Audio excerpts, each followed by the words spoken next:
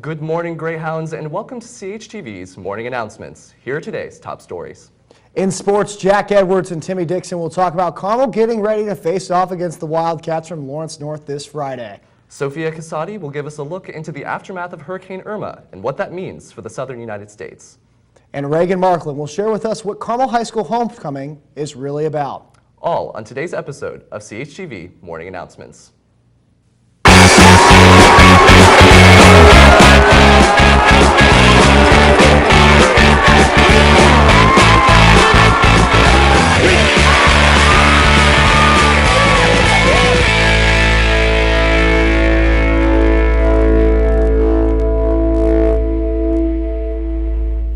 Welcome to this first edition of CHTV Morning Announcements. I'm Ben Heber. And I'm Griffin Gonzalez, and Ben and I are so excited to welcome you to our never-seen, remodeled CHTV studio. That's right, Griffin. People have been working on it all summer, and we are finally ready to unveil it here today. Now, we have a lot to cover on CHTV's show today, and frankly, we don't want to keep you waiting any longer. At this time, please stand and join us in the Pledge of Allegiance. The flag of the United States of America, and to the republic for which it stands, one nation, under God, indivisible, with liberty and justice for all. Please remain standing for a moment of silence. A happy birthday goes out to cafeteria worker Deborah Brown, math teacher Matt Butchkowski, registrar Maria Picallo, counselor Kathy Patine, Isabella Benjamin, Luana Kakula, Hayden Downs, Mitchell Engel, Olivia Forkin, Scott Ludicky, Jack Roy, Molly Seed, Trinity Wolfgangel, and finally Matthew Wolf. Happy birthday, guys. Carmel football got a big win against Pike last week, but now they face another challenge against Lawrence North this week. Timmy Dixon with us now. Now, Timmy, this Lawrence North team is a lot improved from last year. What can you tell me about them? Well, Carmel 2-2 on the season, bounced back last week with a 21-18 win over Pike. Carmel hasn't lost a homecoming game in 13 years. That last loss was 2003 to Lawrence North. Jack, what do you have to say about that? Well, Lawrence North is on a 2-game losing streak. That is a positive for Carmel right there. But Lawrence North have a good young defense and a great receiving core, and especially with Darren McCauley at quarterback, a good dual-threat guy. Ran the ball for 12 times in their last game, picking up 60 yards. But the key man for them is undoubtedly Trey Bonds. The guy's rushed for 337 yards and 6 touchdowns in 4 games this season. And we've seen the Carmel rush defense have some struggles, allowing 283 yards against Carson Steele. If he can have a game like Carson Steele, Lawrence North could pick up the win here. Well, a big part of the homecoming atmosphere are the cheerleaders. Allie Carmichael and Tatiana Gilliam have sat down with head coach Lisa Knipp. Check this out, guys.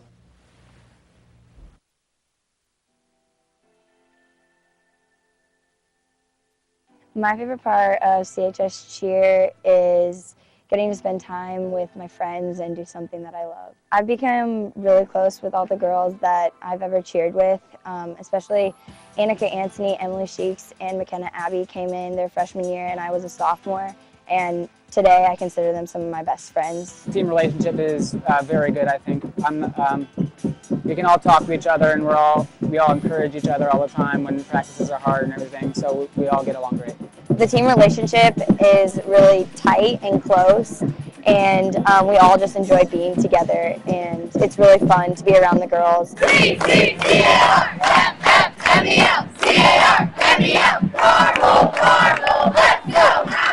I'm really looking forward to this season because I'm a senior and I've waited really long to get to this point.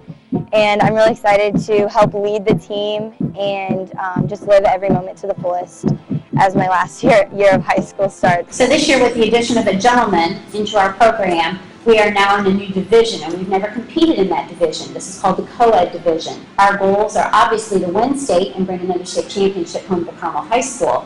With the ability of all of these student athletes, we feel confident that individually we have great opportunities.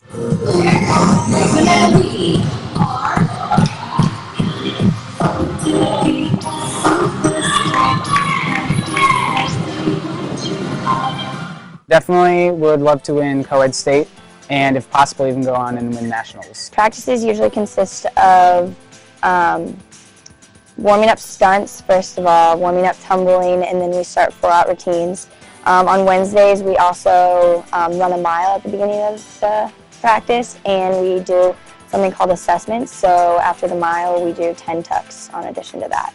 We always bring fun national choreographers that I work with on my national judging track.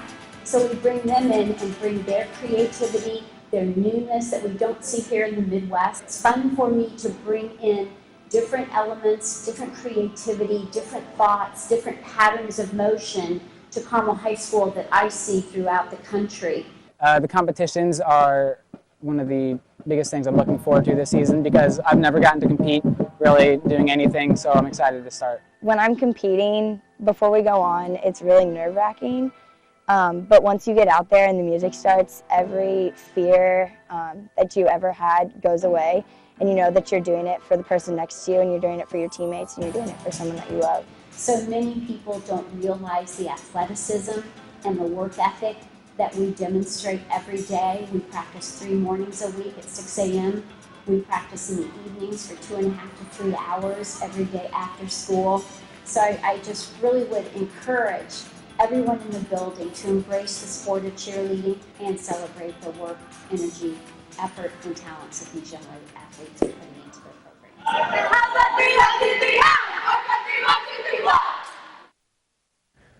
That's all from the sports desk. It's been Jack Edwards and Timmy Dixon. Have a great homecoming weekend. Thanks, Jack and Timmy. Today's club meetings are as follows. NHS will start its tutoring during SRT. Please get a pass from Mrs. Johnson. DECA will have a call-up meeting during both sessions of SRT in the auditorium. Any student with a Muse Pass for the U.S. Army K-9 presentation during SRT should meet in the Media Center at 9:55. Students will then be escorted to the event. Do Something Club will meet in E212 after school. IFCC Club will meet after school in E103. And finally, CHS Code for Change Club will meet after school in B202. For the past 2 weeks, Hurricane Irma has ravaged the southern coastlines of Florida, causing flash flooding and mass evacuations throughout the state. We now head over to Sophia in news with an update on the aftermath of the storm. Sophia, what should viewers know about the conditions in Florida after Hurricane Irma? Well, currently the main damage seen throughout the Florida coast is the result of flash flooding. But Ben, we are seeing that there could have been possible preventions to these floods. Let's get right into the story. The Florida reef tract's weak and diminished coral may be a cause of the major flooding from Hurricane Irma. The reef is supposed to protect the coast from large waves caused by the storm. This is not the case. Only 10% of the reef is covered in living coral due to bleaching. Bleaching occurs when algae that the coral consumes withdraws from the coral, leaving it more susceptible to disease and breakage. The 2 main causes of bleaching are increases in ocean temperature and ocean runoff and pollution. A healthy coral reef would act as a buffer between the waves and the coast. The coral breaks the waves offshore, which reduces the energy of the wave, and in turn, only very small amounts of wave energy reach the shore. Studies have shown that the healthy coral reefs can reduce the energy of incoming waves by up to 97%. Due to a large amount of dead and bleached coral in the Florida reef, Hurricane Irma's waves were not impacted. The hurricane produced the opposite effect by breaking off the tops of weak coral. The seafloor around the reef is getting deeper as the reef weakens. This also reduces the amount of protection that the reef provides. Coral reefs are the first line of defense against tropical storms, and without them, the damage on the coast increases. Here at CHS, we try to do our part in helping protect the environment. Ben and I took a deeper look into the environmental actions taken here at Carmel. In a school of 5,000 students, it's often difficult to see how simple individual actions like driving to school, throwing away paper, or washing hands can affect more than just ourselves. In a growing era of resource consumption, the ecological decisions made at Carmel High School can have a large impact on the local environment. CHTV sat down with Jose Ortizar, the leader of Environmental Action Club at CHS, to find out more. Carmel High School has a pretty big recycling program. I think most classrooms, or almost every classroom, has a recycling bin, and we kind of do focus on recycling paper. But one of the things that me and my group kind of wants to implement in Carmel High School is a universal recycling. So that means that the school technically puts out no trash. Everything's kind of taken apart and recycled. And several different schools have had these programs, so they become really successful. And then also a composting program. So anything that can't really be recycled can be composted, things like food waste and other such things that are kind of like organic matter. The basis of the environmental movement at CHS is recycling. But for some students, recycling isn't always an option. Especially with some of the new rules, I've been a little bit confused about what and where I'm supposed to be recycling. There are oftentimes bins that are labeled like with the recycling symbol, but I'll notice that there's just trash in them. I know whenever I have a water, I try to recycle, but there's only ever a trash can in most classes, so I don't tend to recycle, or I wait until I see one. Most of my classes have recycle bins, but if it's a class like theater, sometimes I can't find one.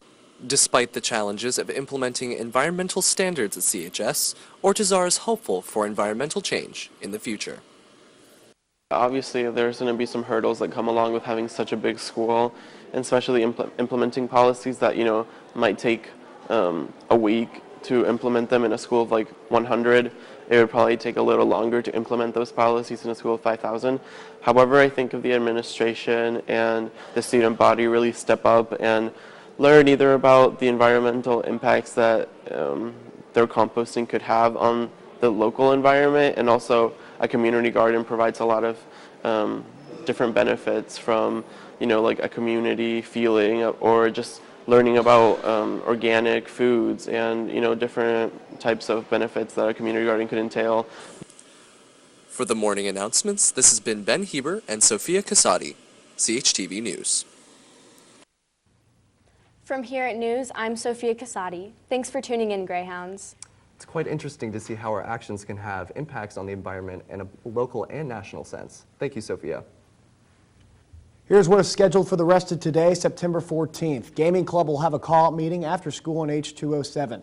CHS Ping Pong Club will have a call-out meeting in the freshman cafeteria after school. CHS Conspiracy Theory Club will have a call-out meeting in E122 after school. Diving Team will have a call-out meeting at 3:15 in the main cafeteria. Pinterest Club will also have a call-out meeting in H319 after school. And finally, Gay Straight Alliance will meet after school in B206. The following is scheduled for tomorrow, September 15th. Fellowship of Christian Athletes will meet at 7 in the morning in the freshman cafeteria. And also, don't forget, Spiritwear orders may be picked up at the bookstore. Homecoming at Carmel High School, full of traditions like dressing up, Lakes King and Kids Queen, the dance, the football games, heck, even miniature house building. But what is the true meaning behind it? CHTV's very own Reagan Markland tells us what Carmel High School Homecoming is all about. Good morning, Carmel. I'm Reagan Markland, bringing you your CHTV Entertainment Update. This week marks another year of the age-old tradition of homecoming. While we get dressed up and attend fun events, it is easy to forget what the week is really about. Each year, Carmel High School alumni come from all over to return back to their high school and, as some would say, remember the good old days. Alumni from the class of 2017, Maria Bashmakov, says that it is special to look back and remember her years at Carmel, as well as see current students having a great time. Bashmakov isn't the only alumni with fond memories of CHS. Alumni from the class of 1986, Karen Woods, says that when she attended Carmel, some of her favorite homecoming festivities were the parade and the faculty trike races. Additionally, she enjoyed the mattress races that were held at the track where Murray Stadium is now. Current Carmel students have the opportunity to participate in activities at homecoming this year. I hit the halls to find out what activities CHS students enjoy the most. Check this out.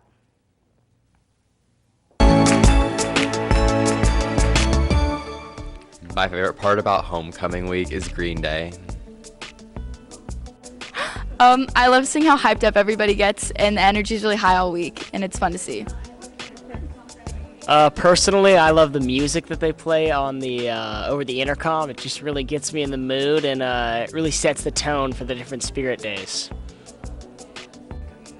My favorite part about homecoming week is seeing so many people from different activities all dressing up and participating in one single activity.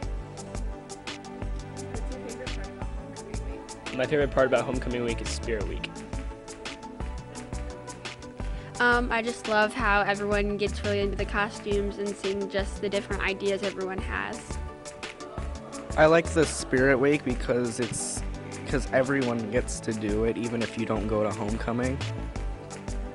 Seeing everybody's costumes My favorite part about homecoming week is the music they play over the announcements and the bucket bangers on Fridays. Just it really gets like the energy going in the school and just to see everybody come together. I definitely agree with those Carmel High School students. I love everything from the spirit days to the dance to the game. That's all I have for you today. For CHTV, this has been Reagan Markland. Happy homecoming, Carmel, and back to you, Ben and Griffin. Thank you so much, Reagan, for diving headfirst into what homecoming is really all about. Only at Carmel High School, something new every day. Other announcements, today's college representatives are as follows. At 9:30, Lynn University, University of Evansville, University of Dayton, Samford University. And at 10, Millikan University. And finally at 10:30, Regis University. Now, Ben, I don't know about you, but I've just loved seeing all the costumes this week here for homecoming. This is true. It's been great to see everyone come together to promote school spirit during this homecoming week. Heck, I even saw a stormtrooper walking through the halls the other day. That was one of the weirdest things I've ever seen here. I saw that as well. That's true dedication to Spirit Week. You gotta love it. Well, this concludes the morning edition of your CHTV Morning Announcements. For more coverage from CHTV, please visit our YouTube channel, CHTV Carmel Television, or follow us on Instagram at Carmel TV. For CHTV, this has been Ben Heber and Griffin Gonzalez. We hope you enjoy the rest of your homecoming week.